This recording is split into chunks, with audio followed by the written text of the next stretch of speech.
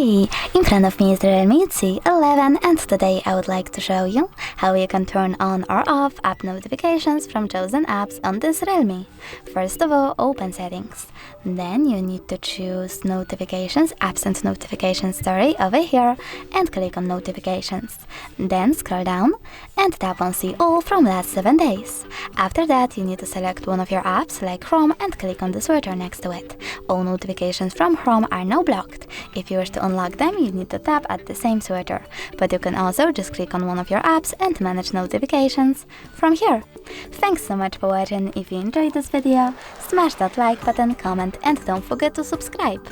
Bye!